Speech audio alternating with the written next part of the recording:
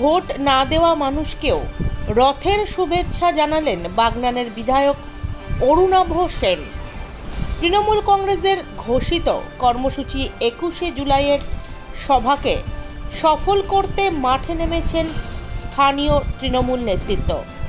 সোমবার হাওড়ার বাগনানের বাঙালপুরে 21শে জুলাইয়ের প্রস্তুতি সভায় বক্তব্য রাখতে গিয়ে বাগনানের বিধায়ক অরুণাভ সেন বক্তব্যের শুরুতেই লোকসভায় তৃণমূল কংগ্রেসকে ভোট না দেওয়া মানুষকে রথের শুভেচ্ছা জানিয়ে অনুষ্ঠানের মোড় ঘুরিয়ে দেন।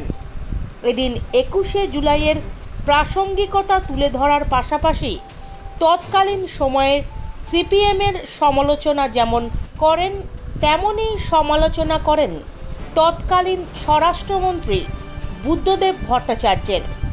প্রসঙ্গত, লোকসভা নির্বাচনে এই গ্রাম পঞ্চায়েত তৃণমূল কংগ্রেসকে 4000 ভোটে লিড দিলেও সেই ফল আশানুরূপ নয় বলেই দাবি তৃণমূল নেতৃত্বের। তাই ভোট না দেওয়া মানুষকে ফের কাছে টেনে নেওয়ার কৌশল নিলেন বাগনানের বিধায়ক, এমনটাই মনে করছে রাজনৈতিক মহল। এদিন সবজির মূল্যবৃদ্ধি নিয়ে তিনি কেন্দ্রীয় সরকারকেও দায়ী করেন।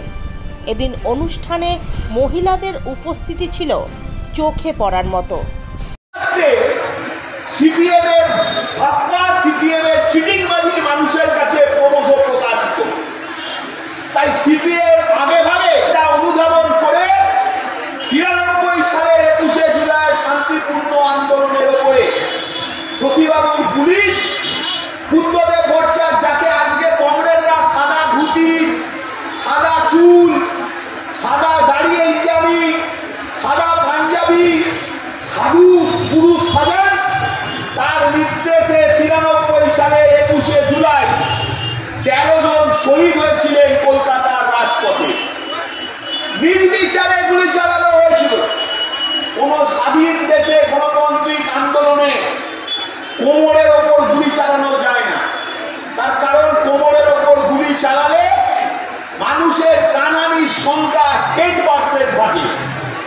সেদিন সেই নির্দেশকে অমান্য করে জ্যোতিবাবু বুদ্ধদেব ভট্টাচার্যের নির্দেশে বামপন্থীর পুলিশ খুনিতে রূপান্তরিত হয়েছিল। 13 জন শহীদের যে বডি পাওয়া যেত, তাদের প্রত্যেকের আঘাত কারুর বুকে, কারুর সিদ্ধায়, কারুর বা মাথায়, প্রত্যেককে এই জায়গা লক্ষ্য করে খুন করার অভিলাষা নিয়ে তাদের ওপর গুলি চালিয়ে হত্যা করা হচ্ছিল, যাতে মানুষ ভয় পায়। ও আন্দোলন সেদিনের সংগ্রাম কতটা সঠিক সেটা প্রমাণ হয়েছিল যখন 1994 সালে জানুয়ারি মাসে আমরা 235, তোমরা 35, আর আজকে 235 200 নেই, শুধু কতগুলো 2, 35 সব বাদ, পুরো কতগুলো 1, 2, 3, 4 শূন্য আছে। শ্রীরামকৃষ্ণ বলেছিলেন, শূন্যর পাশে 1 থাকলে শূন্যর দাম হয়, শূন্যর পাশে 1 না থাকলে শূন্যর কোনো দাম নেই। তাই মার্ক্সবাদী কমিউনিস্ট পার্টিরও আজকে কোনো দাম নেই। ভারতীয় জনতা পার্টির অবস্থা আগামী দিন সেই জায়গায় যাবে। লড়াই লেগে গেছে গোয়াল ঘরে, এ ওর নামে দোষ, সে তোর নামে দোষ। দিলীপ ঘোষ বলছে ও আমাকে হারিয়েছে, ও বলছে ও আমাকে হারিয়েছে। গোয়াল ঘরে লড়াই শুরু। আগামী 1 বছর একটা যাত্রাপালাই বাংলায় হবে। গোয়াল ঘরে লড়াই চলছে, ভারতীয় জনতা পার্টির সর্বনাশ হচ্ছে। তাই প্রস্তুত থাকুন সেদিনের জন্য। হাওড়া থেকে সুলেখা চক্রবর্তীর রিপোর্ট, নিউজ সার্চ ইন্ডিয়া।